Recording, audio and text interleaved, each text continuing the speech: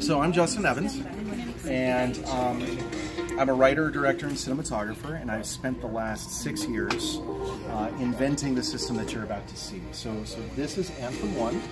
It is 6 pounds, 8 ounces, and it pulls 200 watts, 4.5 amps, but it's as bright as a Joker 400. And eliminates every single problem that you have with an HMI system. We're talking the blue fringe is gone from the beam, the hot spot from the middle is gone from the beam, the lifespan of the LEDs is astronomical, and it does things that no other light's been able to do. So if you want to hold it, so that's a fully loaded system. Okay, yeah, it's very nice. And have you held it? No. Oh my gosh, I like it. And if you dropped it, that wouldn't matter. We actually have a light over there that we've dropped 94 times and it's still working. So dropping on concrete from 4 feet once is considered military grade tech. And so we've done an Anthem over there. We're trying to get 100 out of it. That's our goal. We want to see if we can have dropped it 100 times on concrete and still have it work. So we call that guy Droppy, and he has been abused like you wouldn't believe.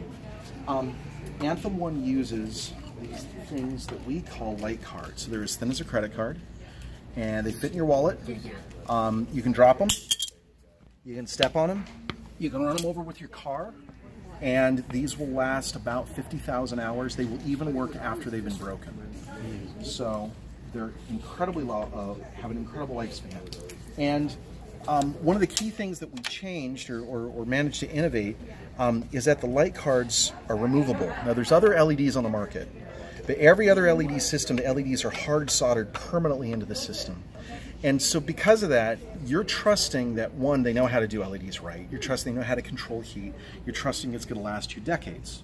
So far, none of that has proven to be true. And it's not because lighting companies are dishonest. It's because this technology is so new, there's very few people who have mastered it yet. So we started off with the premise that LEDs should just be like RAM or light bulbs. They should be completely removable and upgradable. And so by making the LEDs removable from the system, at the very least, a customer then gets to ride the cycle of annual LED improvement. And so right now, LEDs are improving at a rate of about 10 to 15% annually. I would hate to have the sort of buyer's remorse that I bought a system in November and it outputs 30,000 lumens, and then the next March, now a new system comes on the market and it outputs 35,000 lumens, and your system already feels like an antique. So all you have to do is replace the light card, and your system that's still pulling 200 watts and outputs the same amount of heat is now 10 to 15% brighter. And the LED company that is supporting us, they said this line of LEDs will improve about another 500% in luminosity before we get to about the end of its life cycle. What that means is what is currently as bright as an HMI 400 will probably be close to the equivalent of an HMI 1.6 kilowatt to HMI 2 kilowatt light when it reaches maximum brightness, and it will still only pull 200 watts. So, and that's going to take about a decade to get there, but that's a 10% increase every single year for the next 10 years. The other thing is lifespan. So these light cards are rated at 50,000 hours. So compare that to an HMI, which only lasts maybe 300, and you're only really safely capable of using it for 50% of its lifespan, because if you go beyond the 50% lifespan mark, the chances of a catastrophic failure increase exponentially, and all HMI bulbs, when they reach end of life, explode. That's the only, so you either pull it out early or you have shrapnel. Those are your two options. This is capable of saving you the cost of a house. So you will be able to get about 50,000 hours of use out of this, or a decade, before you need to replace it. And so the equivalent cost in HMI bulbs would be somewhere between $33,000 and $120,000. That's what you will spend over that decade supporting it. And then the last thing is, you can see we've got more than one type. And that's because the moment you make LEDs replaceable, you can now treat LEDs like K-cups in a Keurig coffee machine. We can make any type of light field that is conceivable. Light fields that have never naturally existed, we can create. So the ones we're emphasizing here this week are the ones that are of particular use to the motion picture industry. But we also do light cards for the agriculture industry and for military. So we do everything from military grade infrared down to medical grade UVC. And these are the basic light cards for for the film industry. So we've got daylight, we've got tungsten, we've got one called ultra color, which outputs a 98 CRI. It's the highest CRI in the industry. And then we go the opposite direction. We pull the CRI down to boost the brightness, and that's called ultra bright. That outputs 30,000 lumens and has a CRI of 70. But our CRI of 70 is different than someone else's. And the reason is a lot of people, when they say CRI, they are only talking about CRI rating 1 through 8. And we do CRI extended, which means CRI 1 through 15. And the most important of those spikes of color is CRI 9. That's what particularly deals with red, and the red that most often appears in human skin tones. So even our CRI 70 card recreates better skin tones than someone else's system that could have a higher CRI rating, but they're only really gaming the system and measuring CRI 1 through 8.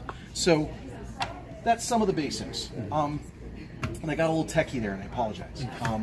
But let's talk about the power supply that powers it.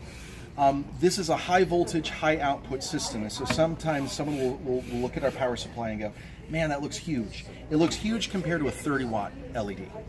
But compared to a 400-watt Joker, it's about half the size. So we've actually been able to miniaturize the power supply when you're dealing with something that's high voltage.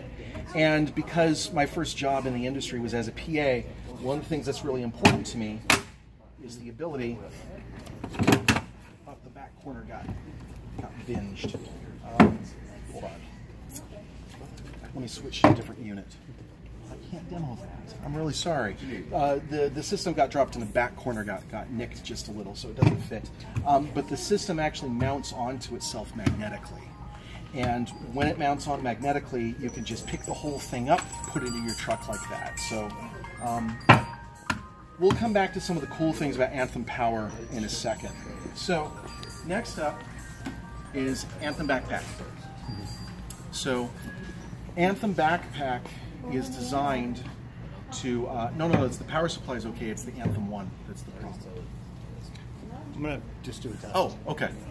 So, so Anthem Backpack is designed to work as either a one-light kit, and you can put an Anthem 1 and an Anthem Power in it and travel with it. And so it all fits in this inner chamber that's got additional heavy-duty lining. This is double-stitched and double reinforced, so it's really in here great. In fact, I co-designed this with a phenomenal soft goods designer who does excursion quality backpacks for REI and Eddie Bauer. And so he really knows what he's doing. The backpack obviously works as a one-light kit, but it also supports Anthem Power Plus. Anthem Power Plus is a lithium-ion battery that lasts for 3 hours at 100% output. And there are other lithium-ion batteries on the system, but not a single one that is a high-voltage 48-volt output. And so that, where someone else might be, like say Sky Panel is working off of a series of Anton Bauers, and you're lucky if you can get 80% output, this will actually operate Anthem 1 properly. You'll get 100% output for 3 hours continuous, and it's flicker-free up to, and we don't know its limits yet, but we've tested it up to 240 frames per second. Oh, and that's another thing worth mentioning about Anthem Power. It's flicker-free beyond 4,600 frames per second.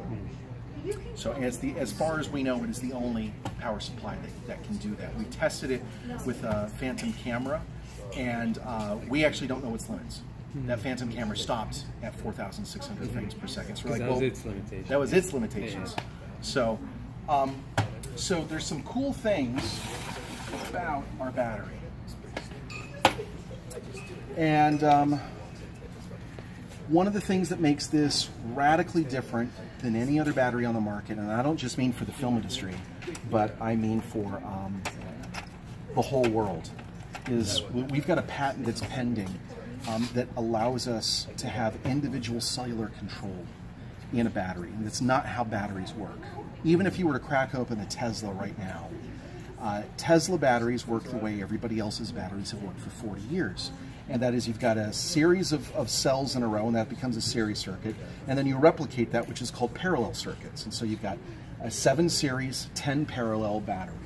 Ours is not a 7 series, 10 parallel battery. Ours is a matrix battery, which has never existed before. Our electronics allow us to control the cells individually. And the advantage of individual control is that I can individually monitor the voltage and determine if cell number 3 is misperforming. And if cell number 3 is misperforming, it can then recombine with cells on the other side of the battery electronically to recreate a different series. And so think of it like a traffic cop on a big giant freeway, and you've got a traffic pile up in lane 3 and you reroute around it because traffic should be able to keep on going. That is not how any other battery in the world works. In another battery, if cell number 2 dies, cells 3, 4, 5, 6, and 7 are stuck behind it permanently. Even though they're perfectly good and their voltage is perfectly fine, cell number 2 acts as a permanent block of getting that voltage out of the system. Our electronics allow the voltage to reroute around the dead battery. It's also the only repairable battery in the world. So what this means is a filmmaker can buy this.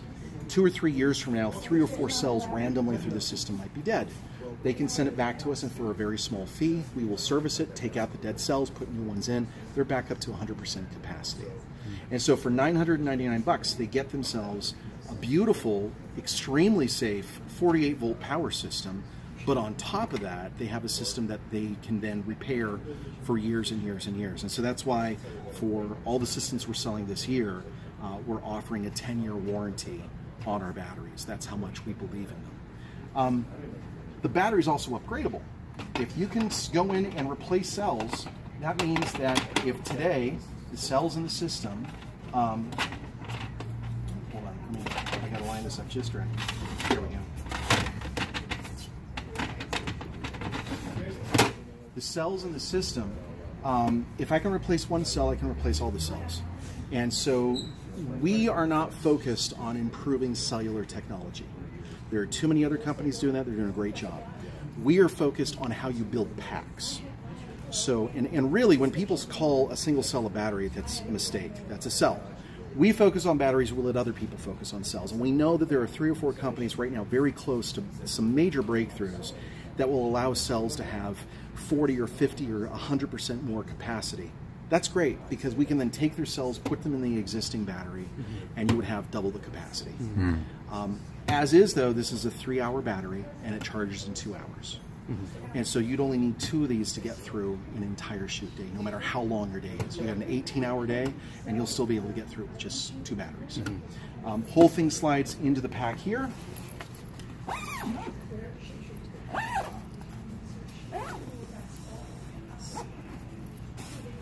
User wears it, and the cable comes out through this magnetic flap, and the cable goes over their shoulder. When it's time to charge it, they pull out the bottom cable out of the bottom flap, so the battery actually never has to come out of the pack. And that's also why it has all of this ventilation, so the air can go circulate through the entire system. So with a huge amount of air circulation, with the ability to get cables out wherever you are, whether you're left-handed or right-handed, there's nothing to stop someone from using the world's first steady light. And that's really what this is. If everyone is used to the concept of steady cams, now we have steady lights. And so this is a steady light up to a 400-watt joker.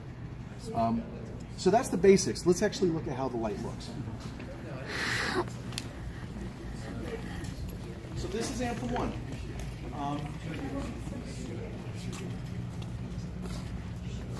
Everything I've said up till now does not matter if the beam of light was not better.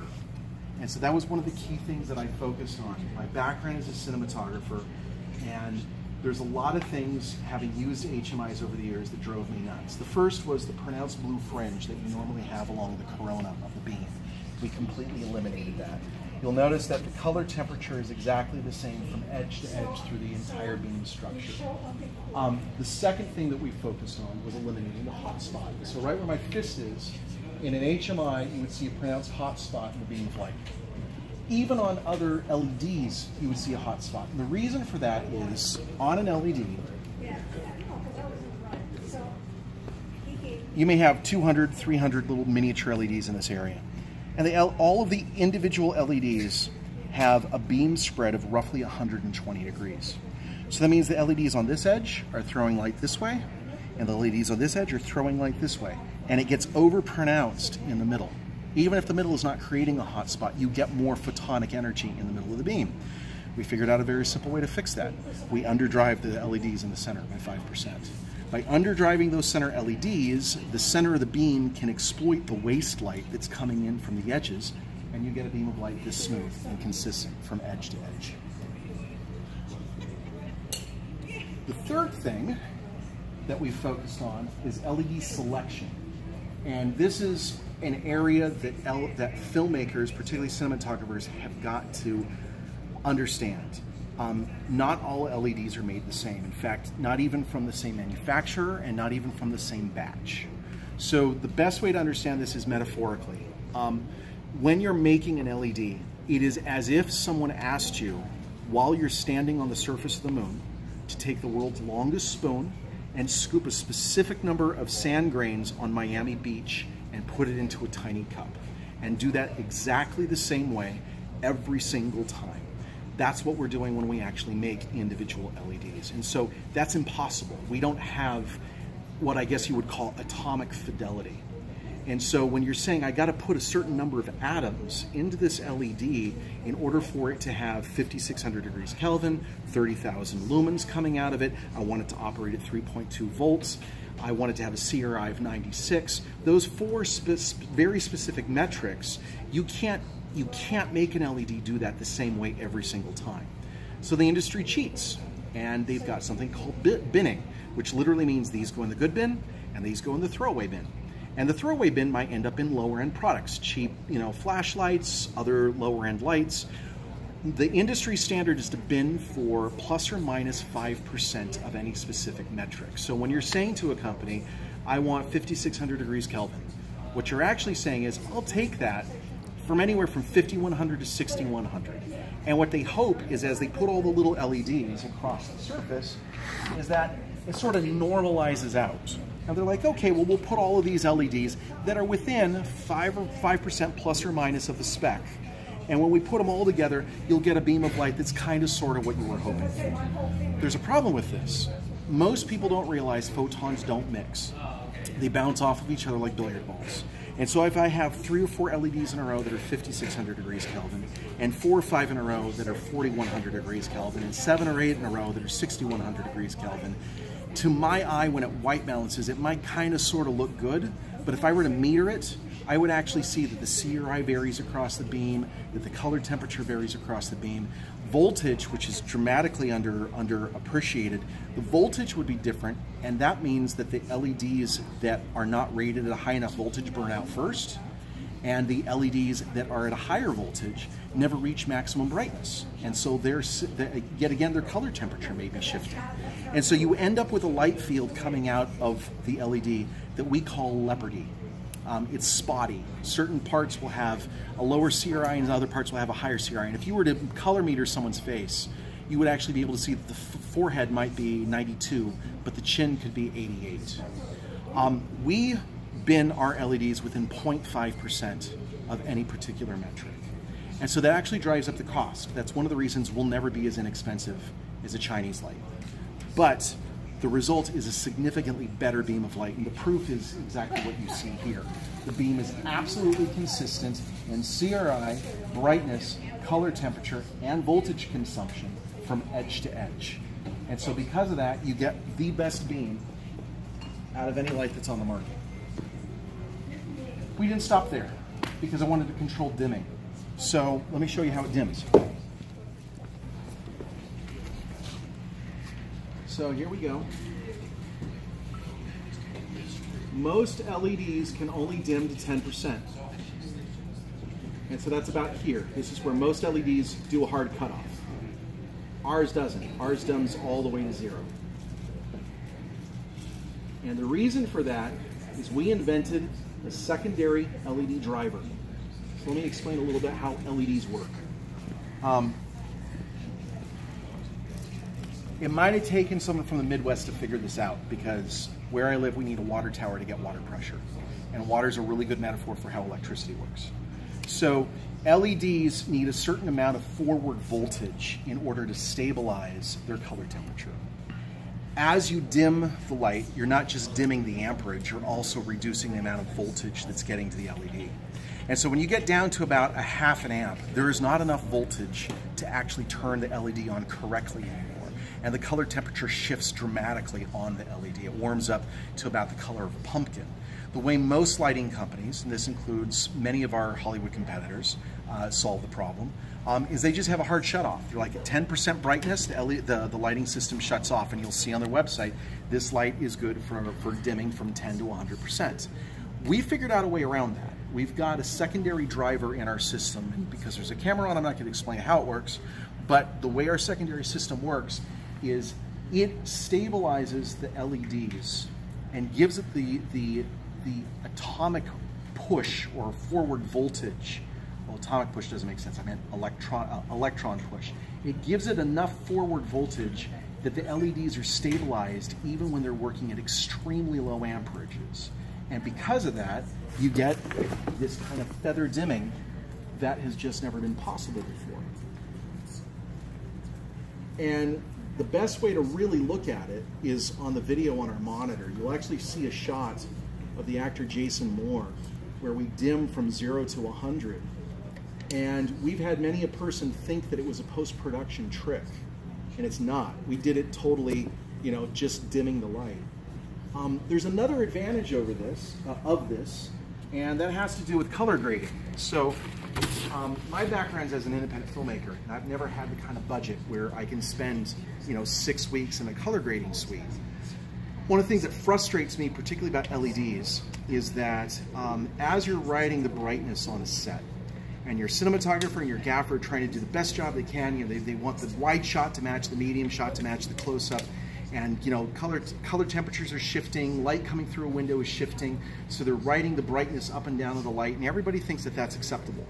What they don't realize is that unless they have as much control over their LEDs as we do, there are very small changes in the CRI and of the color temperature as you're writing up and down. Not enough that you can see it with your eye, but enough that when you take it into post and you cut those shots together, one shot will clearly be at, say, 92 CRI, and 3 or 4 shots later, it looks like it's an 82 or a 75, and you can see that the colors don't quite match, or you can see that the color temperature is shifting from shot to shot.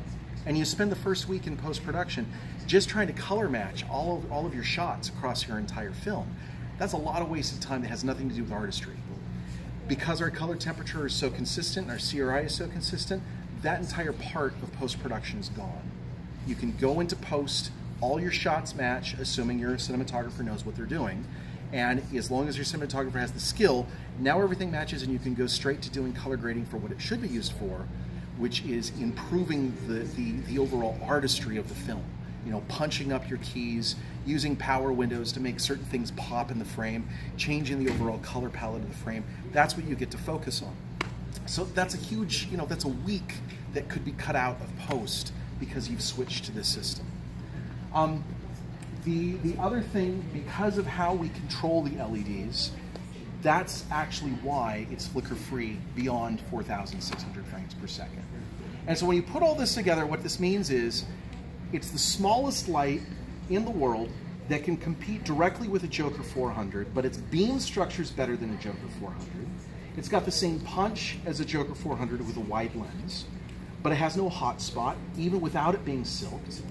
In fact, here's a silk. So we got one on full blast, and you can see the punch that it's got, but if you want to silk it, well, this is the result that you're going to get. As you can see, from that edge all the way to there is as consistent as can be. I would dare someone to meter that and see if there's even more than a half-stop difference from side to side. Also, you can't do this on a Joker 400. You cannot put the silk directly up against the light source. It would catch on fire. So we can have this as close, I'd say I'd be comfortable from about an inch away, so right about there. And a lot of people like softboxes. I hate them. The reason I don't like a softbox is I don't like a company telling me what level of softness I'm going to have in a shot. I'd much rather have a silk on a C-stand, and then I can see where my subject is, and you know, I can move it away a little bit if I want to soften the shadows more. I can move it closer if I want the light to be a little bit harder, or I can fly it out entirely. So that's the way that I tend to light. But I'm not everybody, and so we have 4 different types of speed mounts. So this is a Bowens. We also have Broncolor, Ellen Chrome, and what's it for? Profoto. And all 4 of those have a Chimera adapter. And so by default, that means that we also support Chimera products as well. And this is how it attaches. So it attaches magnetically, and it's got a huge amount of pull. I mean, it's really on here, nice and solid. It can support natively 10 pounds. So that's a pretty beefy softbox. But if you want to go beyond 10 pounds, we've got these little brackets in the side, or little slits for a bracket that wraps around the back and allows you to put a softbox or any attachment you can think of up to 35 pounds on the system. And so imagine this hanging at a 90-degree angle from that light grid up above, and you've got a high weight bracket across the back. It'd be completely stable, completely safe, and you could have a big ass thing just hanging off the front of it, which is how it should be. We didn't stop there. This is called Anthem Baseplate Duet. And so this is what allows you to snap 2 Anthem 1s together. And we're about to come out with Trio and Quartet. And so the idea behind this is that a gaffer could pre-configure, say, 2 Anthem 1s or 3 Anthem 1s or 4 Anthem 1s, leave it on their truck that way. The final version has a handle right here, so you just pick it up by the handle. And on the truck, you know, the DP could say, could you please pull a Trio? Could you please pull a Quartet? The gaffer knows exactly what the person's talking about, pulls out a couple Trios, pulls out a couple Quartets. It's already pre-configured, so it goes up onto a stand in seconds. And you can mount this on a lollipop on a 90-degree angle, and you could put 4 next to each other to create a 2x4 grid that would be as bright as a 3.2 kilowatt HMI, but it would only be pulling 1.6 kilowatts, and that is low enough that all 8 of those could be plugged into a single socket in your house. So no need for a generator, no need for additional cables, no need for any of that. You just plug it into a single 20 amp socket and you'd be good to go. And let me show you how easy it is to put onto one of these.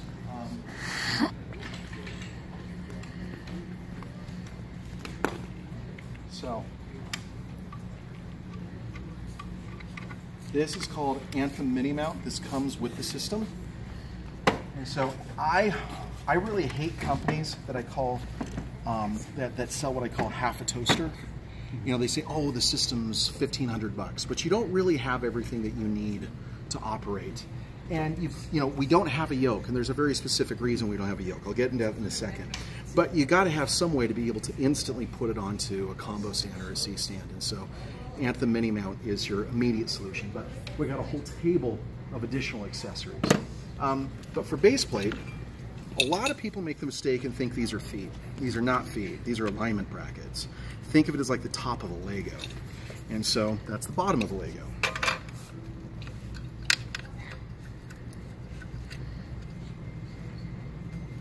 And that's it.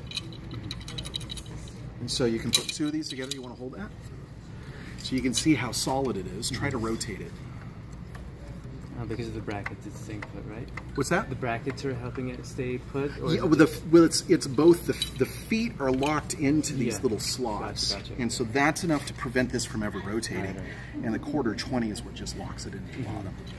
And so the same thing with a Trio or a Quartet, it's exactly the same idea.